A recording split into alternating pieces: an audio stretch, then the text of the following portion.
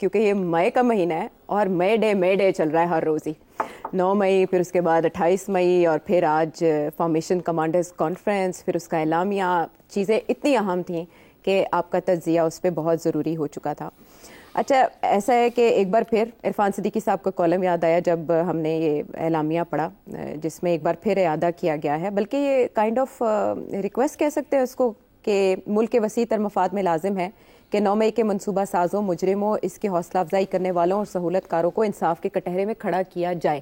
انصاف کا کٹہرا تو پھر عدلیہ کی طرف ہی ایک بار پھر دیکھا جا رہا ہے. اور اس کے علاوہ اس میں ایک اور بات ہوئی، وہ یہ کہ جو افواج پاکستان کے خلاف ڈیجیٹل دہشت گردی جاری ہے، وہ مذموم سیاسی مقاصد کے حصول کے لیے بیرونی سہولت کاروں کی مدد سے کی جا رہی ہے. پہلے تو ہم ہمیشہ سہولت کاروں کا ذکر سنتے تھے، اب کی بار بیرونی یعنی ایکسٹرنل ہیں کچھ، اور پراکسیز کا بھی ذکر اس میں ہوا. یہ جو ہفتہ گزرا ہے یہ بہت ولولہ انگیز اس لحاظ سے تھا کہ اچھا چلے اس سے پہلے کہ میں ذکر کروں اس ٹویٹ کا جس نے بہت شور مچایا، جس کی وجہ سے آج ہی کے دن یہ ایک طرف corps commanders conference, formation commanders conference ہوتی ہے، تو دوسری طرف عمران خان صاحب کی 9 مئی کے 2 مقدمات میں وہ بری ہوئے ہیں. پھر اسی ہفتے ایک متنازع ٹویٹ ہوتا ہے، اور پھر جیل سے ہی ایک غیر ملکی میڈیا کمپنی ہے، اس کو عمران خان صاحب انٹرویو بھی دے دیتے ہیں. اس میں وہ جن تحفظات کا اظہار کرتے ہیں یہ رائے کا، وہ تو ہم آگے چل کے ڈسکس کریں گے. عمران خان صاحب کا ٹویٹ لے کر اس وقت مسلم لیگ نون، فیصل وافڈہ صاحب کے تجزیے بہت اہم ہیں.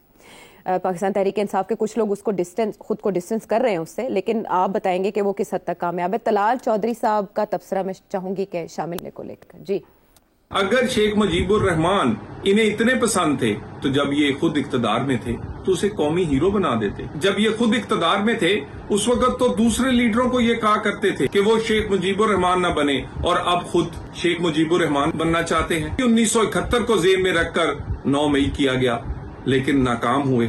اب یہ سوچ رکھنے والے ناکام ہوں گے، پاکستان کامیاب ہوگا. اچھا، بہت سے سوالوں کی طرف جانے سے پہلے اور مزید سوٹ سنوانے سے پہلے میں چاہوں گی میں آپ سے جانوں کہ یہ ٹویٹ کو لے کر بہت رنج و غم پایا جا رہا ہے افواج پاکستان میں بھی اور جو مختلف سیاسی جماعتیں وہ بھی.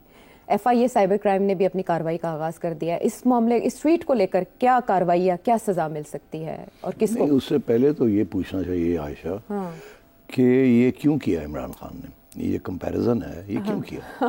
یہ تو ہم سب کو تقریباً اندازہ ہے. آپ اس ویڈیو کے آخری کچھ سیکنڈز دیکھیں تو پھر یہ بھی پوچھنا چاہیے نا کہ کیا وہ سمجھتے ہیں کہ دس از دا ٹائم ٹو سے تھنگس. اس کا مطلب کیا ہے؟ کیا وہ کہہ رہے ہیں کہ پاکستان کی افواج ایسٹ پاکستان کرائسس کی ذمہ دار تھی. نمبر 1 کیوں کہ مجیب الرحمان نے جمہوری طور پہ میجورٹی حاصل کی تھی، ان کو میجورٹی ڈینائی کر دی گئی، اور وہ ایک جنرل جو لیڈ کر رہا تھا اس وقت کی افواج کو، اس کی ذمہ داری تھی، اور اس نے یہ غداری کی ایک قسم کی آئین کے ساتھ کہ آئین جو تھی وہ ڈیموکریٹک ووٹس کو نہیں مانا انہوں نے، اور پھر مجیب کو ایک غدار قرار دے کے فوجی ایکشن کیا وہاں، اور جس کی وجہ سے پھر ایک علیحدگی ہو گئی، سیسیشن ہو گئی.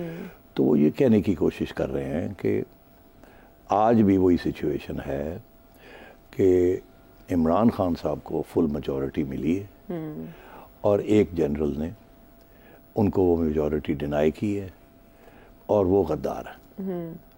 اچھا، اب دس از دا جسٹ جو ان کا جو بیانیہ ہے.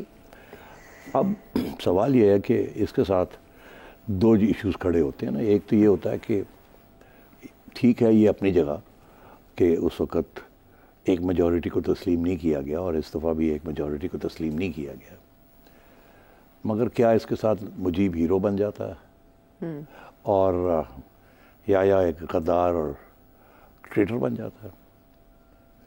بیکاز مجیب نے پھر سیسیشن تو کی تھی نا، سیسیشن تو کی تھی انہوں نے. تو کیا پھر آج اسی قسم کے حالات ہیں کہ عمران خان کی پارٹی جو ہے وہ ایک سیسیشن کی طرف جا رہی ہے؟ کیونکہ اگر وہ مجیب کو ہیرو بنا رہے ہیں اور ایک جنرل کو زیرو بنا رہے ہیں تو پھر اپنے ساتھ جب کمپیئر کرتے ہیں تو یہی کہنا چاہ رہے ہیں نا. But the fact is slightly different. Fact یہ ہے جو کہ فرق ہے، جس لیے یہ سارا جو تجزیہ ہوا ہے یا یہ جو کمپیریزن کی ہے خان صاحب نے یہ صحیح نہیں ہے. وہ اس لیے پہلے تو خان صاحب شیخ مجیب نہیں ہیں. اچھا.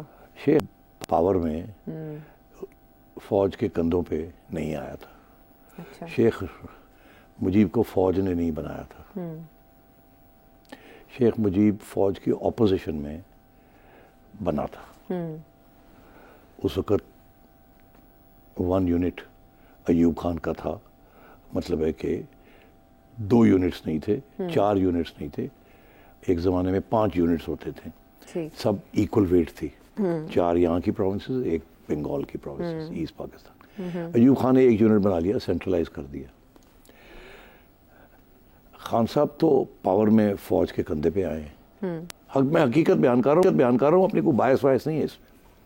تو اس کے اوپر اگر کوئی پوچھنا چاہے تو 100 اس کی ایویڈنس اتنی ہے کہ جنرل پاشا اور ان لوگوں نے مل کے یہ فیصلہ کیا کہ اب خان نواز شریف کو نکالنا ہے اور عمران خان کو لانا ہے, اور پھر ان کو بنایا, پھر ان کو لائے, پھر رگ کی 2018 کی الیکشن. تو پہلے تو شیخ مجیب کے ساتھ کمپیریزن نہیں بنتی خان صاحب کی. ٹھیک ہے. تو دوسری چیز یہ کہ شیخ مجیب جو ہے وہ بنگلہ دیش میں ہیرو کے طور پر اس کو تسلیم کیا جاتا ہے, اور ہم اس کو ابھی بھی غدار کہتے ہیں. اس کی جو ایویڈنس ہے میں آپ کو بتاتا ہوں, وہ یہ کہ بنگلہ دیش نے, ہمارے تعلقات بنگلہ دیش کے ساتھ وہ دن اور آج کا دن اچھے نہیں ہیں.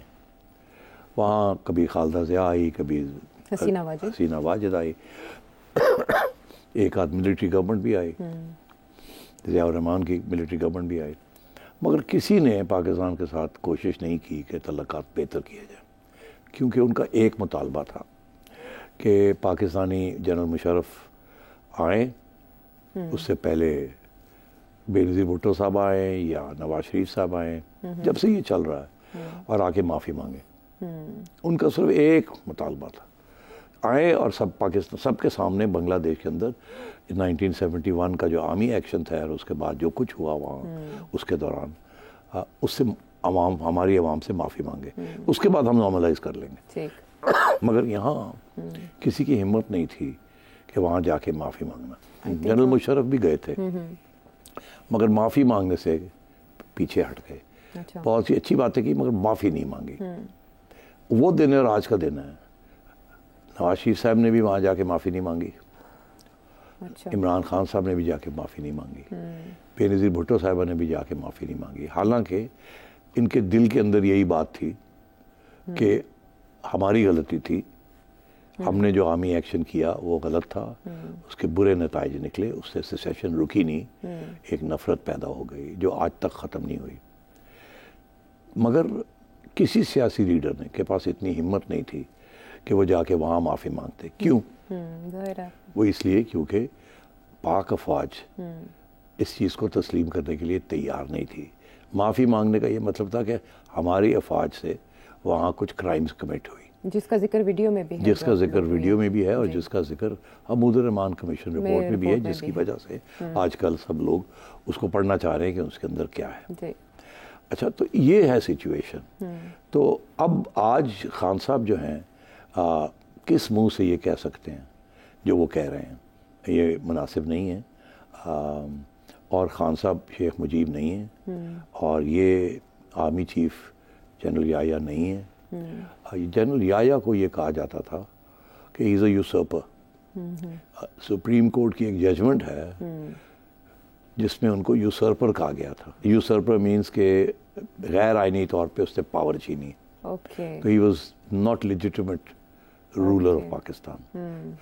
افسوس اس بات کا ہے کہ جب مارشل لاء لگتا ہے تو جج حضرات ہمارے, یہ تاریخ کی بات کر رہا ہوں, جج حضرات ہمارے اس وقت اس کو یوسرپر نہیں کہتے. اچھا, اس وقت اس کو نہیں کہتے, اپروول دے دیتے ہیں اس وقت, جب اس کو کنڈیشنل اپروول دے دیتے ہیں, کچھ پی سی اوز سائن کر دیتے ہیں, کچھ آ جاتے ہیں, کچھ چلے جاتے ہیں. ٹھیک, جب وہ چلا جاتا ہے ایک عوامی پریشر کی وجہ سے, نااہلی کی وجہ سے, یا اور کوئی انٹرنل ریزن کی وجہ سے, not because of the judiciary, اس کے بعد پھر ججمنٹ دیتے ہیں کہ وہ یوسرپر تھا, غیر آئینی تھا, غاصب تھا. یہ نصرت بھٹو کیس ہے ایک بہت فیمس, جن لوگوں کو بات میری سمجھ نہیں آ رہی گوگل کر کے پڑھ لیں کہ کیا ہوا اس میں.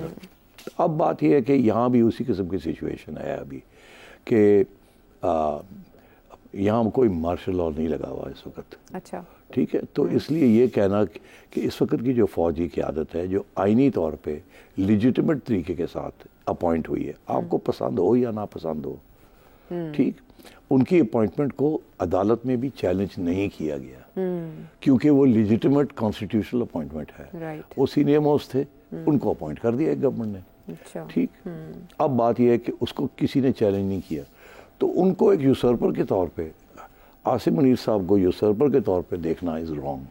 اسی طریقے کے ساتھ خان صاحب کو اپنے آپ کو ایک مجیب کی شکل میں, ایک پاپولر ہیرو کی شکل میں پیش کرنا از رانگ. ایسی بات نہیں ہے. تو اسی لیے ناراضگی بھی ہے بہت سی کہ آپ نے یہ پھر اس دفعہ صرف ایک شخص کی بات نہیں کی, آپ نے پھر ایک ساری انسٹیٹیوشن کی توہین کر دی ہے اور اپنے آپ کو کچھ اور بنا لیا جو آپ ہے نہیں.